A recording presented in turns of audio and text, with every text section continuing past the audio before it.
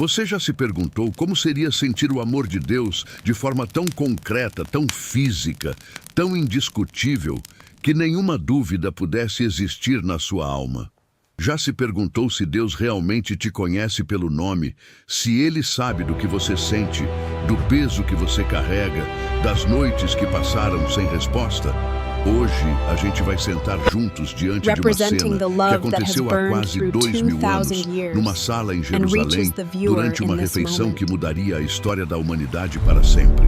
E nessa cena, há um detalhe tão pequeno, tão aparentemente simples, que a maioria das pessoas lê e passa direto.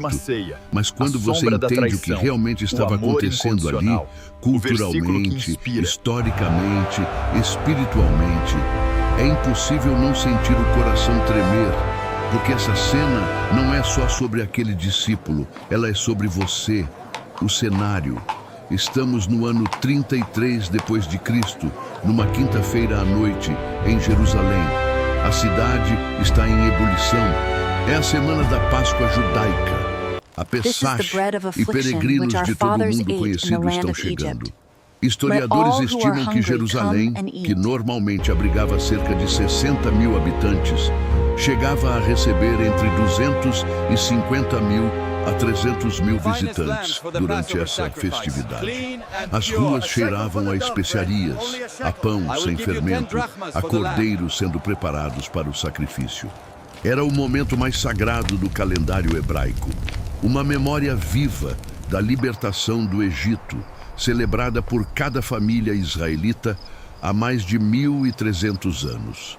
Jesus e seus discípulos estão reunidos num lugar que o Evangelho de Lucas chama de um grande cenáculo mobiliado. Segundo a tradição cristã antiga, confirmada por referências em Eusébio de Cesareia, o grande historiador da Igreja do século IV, e reforçada por análises arqueológicas realizadas no Monte Sião, essa sala estava localizada na parte alta de Jerusalém, no bairro nobre da cidade, numa região hoje conhecida como Monte Sião, a aproximadamente 800 metros a sudoeste do templo. Era uma área onde famílias abastadas e influentes da cidade viviam. Não era uma sala qualquer. Era um espaço preparado com cuidado, o que nos diz muito sobre o status daqueles que emprestaram o local a Jesus. Para entendermos o versículo que vamos meditar hoje, precisamos entender como era aquela refeição. Porque ela não era como o almoço que você vai fazer daqui a pouco. Era completamente diferente. E essa diferença muda absolutamente tudo na nossa compreensão do texto. O triclínio e a posição dos corpos. No primeiro século, os judeus da Palestina, especialmente nas cidades como Jerusalém, que estavam profundamente influenciadas pela cultura greco-romana, haviam adotado o costume helenístico do triclínio. A palavra triclínio vem do grego triclinion, que significa literalmente sala de 3 divãs. Arqueólogos escavaram dezenas desses ambientes em Pompeia, em Herculano, em Éfeso e também em Jericó e em Jerusalém. O formato era o seguinte: 3 divãs ou esteiras baixas dispostos em forma de U ao redor de uma mesa central baixa. Os participantes não sentavam. Eles se reclinavam. Apoiavam-se sobre o cotovelo esquerdo, com o corpo inclinado para o lado, e comiam com a mão direita. A cabeça de cada pessoa ficava na direção do ventre ou do peito da pessoa ao seu lado. Porque você estava reclinado e a pessoa seguinte estava reclinada atrás de você, a cabeça dela ficava literalmente à altura do seu peito ou do seu ombro.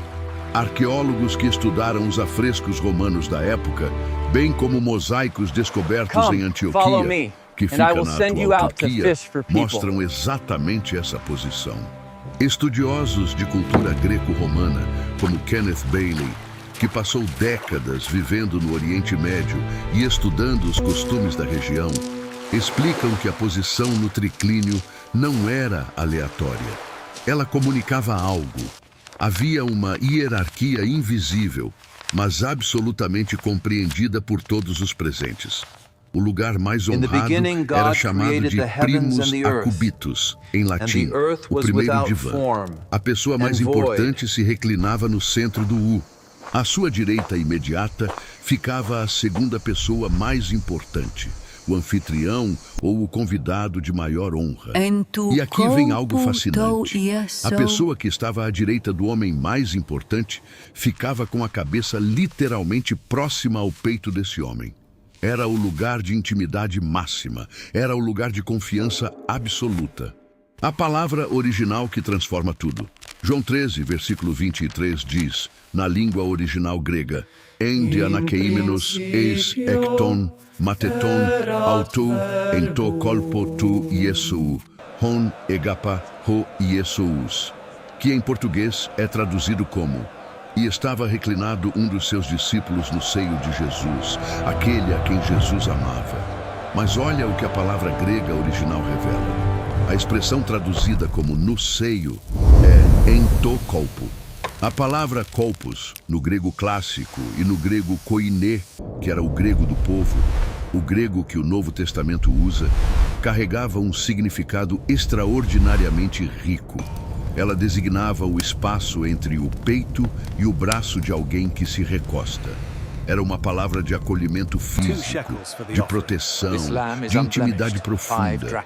Não era uma metáfora distante, era uma realidade concreta e visível para todos na sala. João estava reclinado de tal forma que sua cabeça repousava próxima ao peito de Jesus.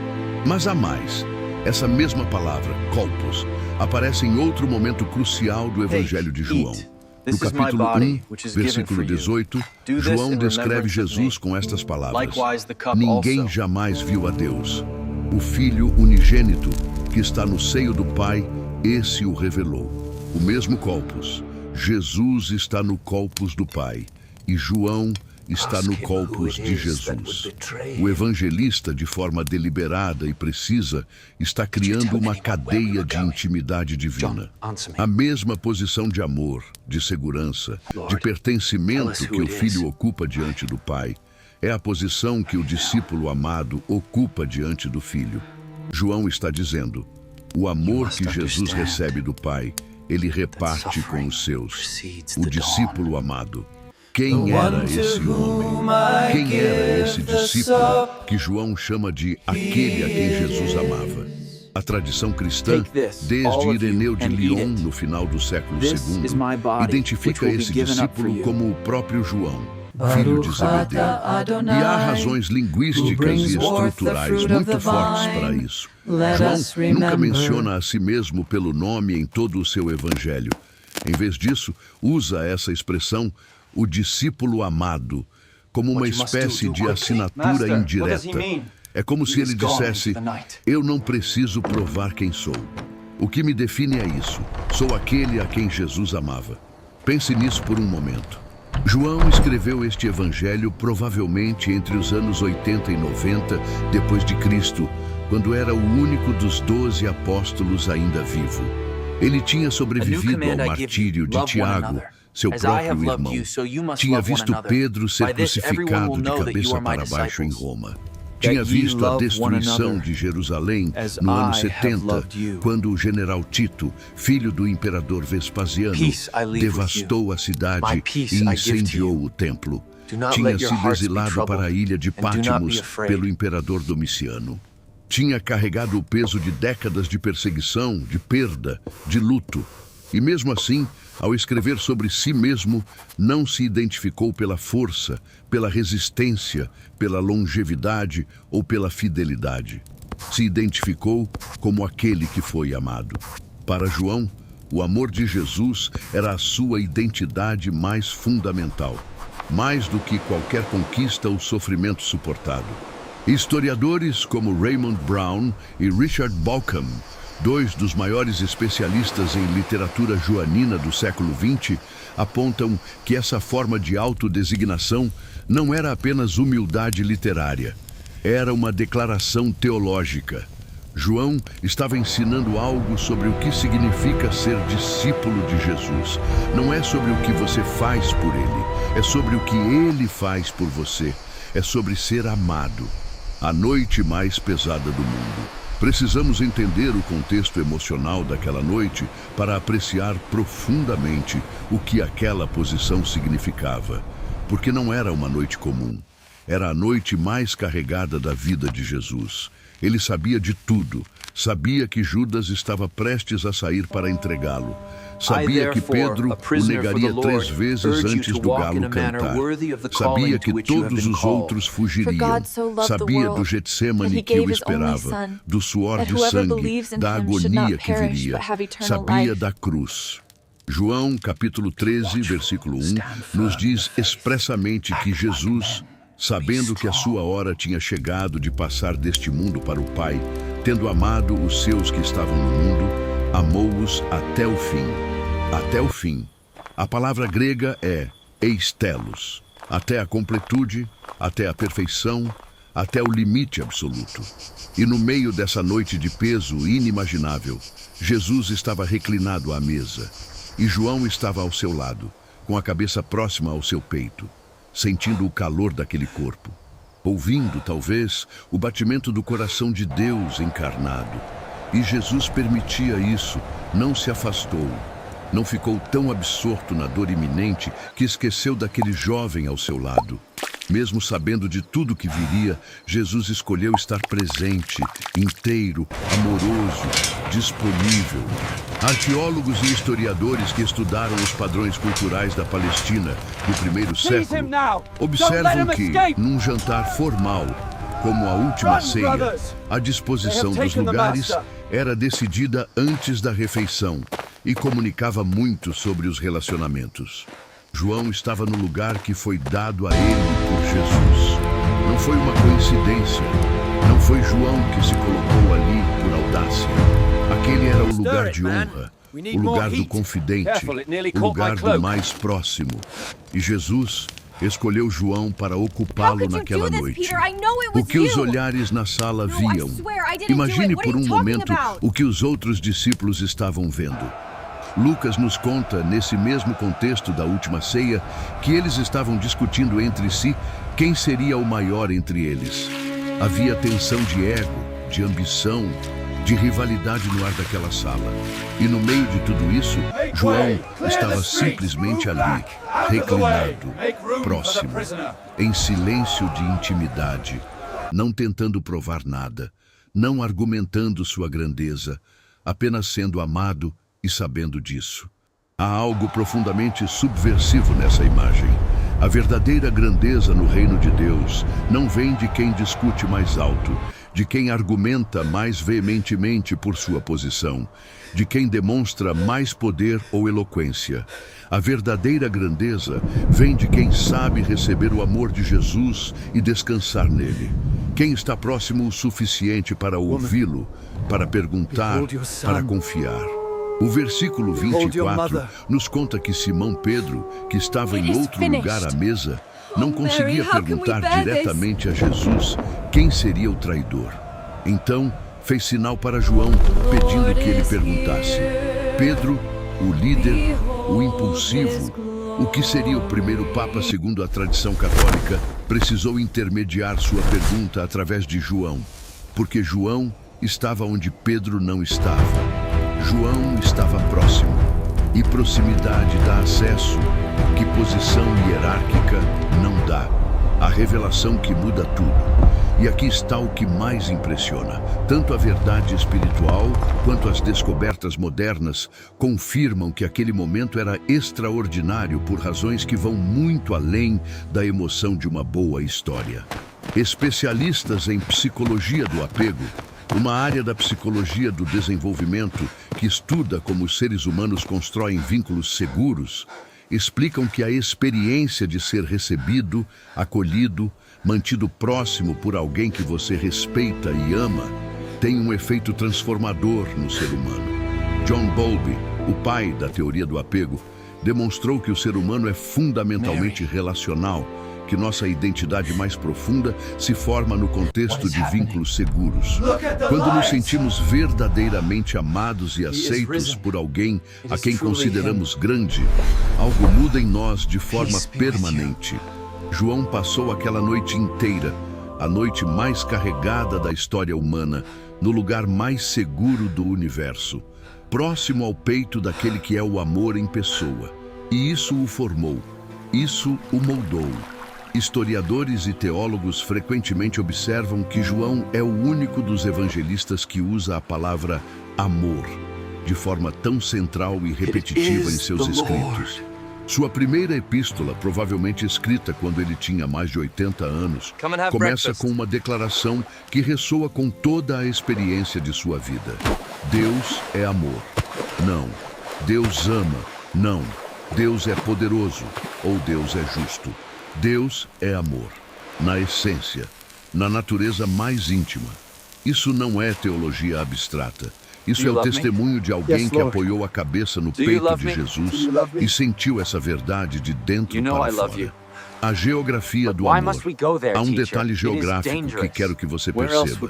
Aquela sala estava a aproximadamente 800 metros do Templo de Jerusalém, o lugar onde, pela teologia judaica da época, a presença de Deus habitava sobre a Arca da Aliança, no Santo dos Santos, atrás de um véu que nenhum israelita comum jamais poderia atravessar.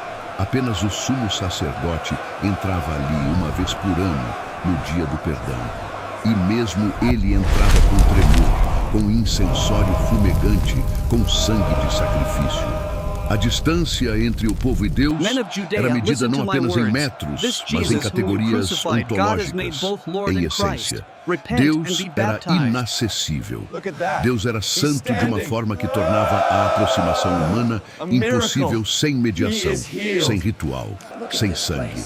E a 800 metros desse templo naquela noite, um jovem pescador da Galileia tinha a cabeça perto do peito de Deus feito homem, sem véu, sem ritual, sem mediação sacerdotal, apenas amor, apenas proximidade.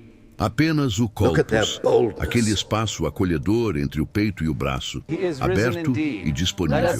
E sabe o que aconteceu na tarde seguinte?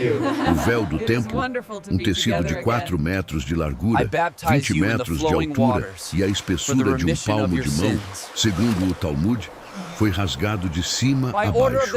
Arqueólogos e historiadores debatem os detalhes, mas o simbolismo é inegável nas Escrituras.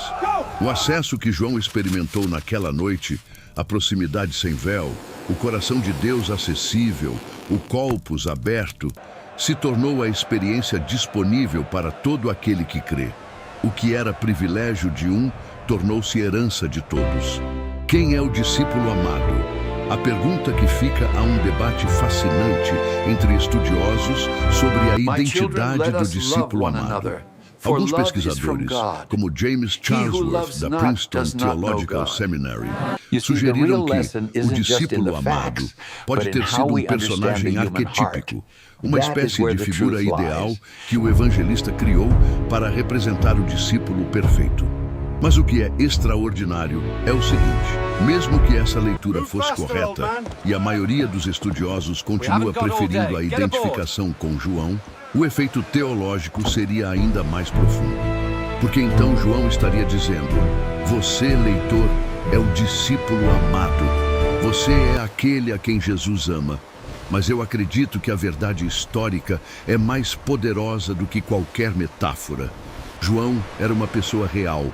Um filho de pescador, de uma família da região do Mar da Galileia, a região hoje conhecida como o norte de Israel, às margens de um lago de 21 quilômetros de comprimento e 12 de largura. O mesmo lago onde Jesus andou sobre as águas, onde calmou a tempestade, onde chamou Pedro e João para o seguirem. João tinha mãos calejadas de puxar redes, tinha cheiro de peixe, tinha um pai chamado Zebedeu e um irmão chamado Tiago. Era real, concreto, limitado, como você e como eu. E mesmo assim, estava ali, no colpos, amado. O que Deus preservou para você nessa cena. Você precisa entender porque João preservou esse detalhe. Ele não precisava. Ele poderia ter escrito apenas: e estava um dos discípulos perto de Jesus. Mas ele escreveu com precisão. No colpos, no peito, na posição de máxima intimidade e confiança, e o identificou com as palavras mais belas que qualquer ser humano poderia desejar ouvir. Aquele a quem Jesus amava. Esse texto foi preservado por quase 2000 anos, copiado à mão por monges em mosteiros da Síria, da Armênia, da Etiópia, de Bizâncio, da Irlanda, traduzido para centenas de línguas, lido em voz alta em igrejas perseguidas, em catacumbas, em campos de batalha espiritual. E chegou até você hoje, nessa manhã. Há um manuscrito grego chamado Papyrus 66, datado de aproximadamente o ano 200 da era cristã, descoberto no Egito em 1952 e hoje guardado na Biblioteca Bodmeriana, na Suíça. É um dos mais antigos manuscritos do Evangelho de João que possuímos. E nele, em grego cuidadosamente escrito por uma mão que existiu há 18 séculos, está esse versículo: En dianakeimenos es ekton mateton autou ento colpo tu Iesu. 2000 anos e essa verdade chegou intacta até aqui. Até você. Porque Deus quis que você soubesse desta cena. O convite que permanece aberto. O apóstolo Paulo, escrevendo aos Efésios no capítulo 3, versículos 17 ao 19, orou algo extraordinário, que os crentes sejam capazes de compreender com todos os santos qual é a largura e o comprimento e a profundidade e a altura, e conhecer o amor de Cristo que excede todo o entendimento. Ele usou 4 dimensões espaciais para descrever o amor de Deus. Não há limite direcional para esse amor. Ele se expande em toda direção. É largo o suficiente para abranger o maior dos pecados. É comprido o suficiente para durar a eternidade. É profundo o suficiente para descer até o abismo do seu desespero. É alto o suficiente para te levar além da sua menor autopercepção. E esse amor não é uma força abstrata, uma energia cósmica difusa, um sentimento vago. Ele tem um peito, ele tem um corpus, ele tem um espaço aberto e disponível, exatamente como estava disponível para João naquela quinta-feira à noite em Jerusalém. A questão que a Escritura te faz esta manhã não é: você tem feito o suficiente por Jesus? Essa não é a pergunta. A pergunta é mais simples e mais profunda do que isso. Você tem estado próximo o suficiente para ouvir o coração dele? João estava próximo. E por que estava próximo? Quando Pedro precisou de uma resposta, ele tinha acesso. Quando Jesus precisou de alguém que permanecesse ao pé da cruz, João capítulo 19, nos conta que foi o único discípulo presente na crucificação. João estava lá. Quando Jesus ressuscitou e apareceu à beira do mar da Galileia, João capítulo 21, foi João quem primeiro o reconheceu. É o Senhor. A intimidade cultivada no Colpus produziu um reconhecimento que nenhum treinamento teológico poderia substituir. Encerramento, para você que está ouvindo. Talvez você tenha começado este dia com o peso de coisas que não estão resolvidas, com perguntas que ainda não têm resposta, com um relacionamento que dói, com um futuro que assusta, com uma fé que às vezes parece tremer. E talvez você sinta que precisa ter mais certezas, mais respostas, mais vitórias espirituais antes de poder se aproximar de Deus de verdade, antes de merecer estar no Colpus. Mas João não chegou àquela sala já sendo o grande teólogo do amor que seria décadas depois. Ele chegou como um jovem pescador com temperamento impulsivo. Jesus o chamava de Boanerges, filho do trovão, junto com o irmão Tiago. Chegou com ambição, com limitações, com tudo que você carrega. E Jesus, mesmo naquela noite de dor inimaginável, manteve o espaço aberto, o Colpus disponível, o coração acessível. A revelação desta manhã é essa. A identidade que mais importa não é o que você alcançou, não é o que você ainda precisa superar, não é o cargo que você ocupa na sua comunidade de fé ou os pecados que ainda te envergonham. A identidade que o céu te chama a receber é a mesma que João carregou como sua maior honra. Você é aquele a quem Jesus ama. Você é aquela a quem Jesus ama. Isso não é um título que você conquista. É uma realidade que você recebe. E essa verdade, preservada em manuscritos por 2000 anos, carregada através de línguas e culturas e perseguições e séculos, chegue até o lugar mais fundo do seu coração hoje. Que o Colpos de Jesus, esse espaço de acolhimento, de intimidade, de amor que não precisa ser merecido, seja a sua morada mais frequente. E que quando alguém perguntar quem você é, a resposta que mais te defina seja a mesma de João. Sou aquele a quem Jesus ama. Se essa revelação histórica e espiritual tocou seu coração como tocou o meu, quando mergulhei nessas verdades que Deus preservou através dos séculos, compartilha com alguém que precisa ouvir que é amado hoje.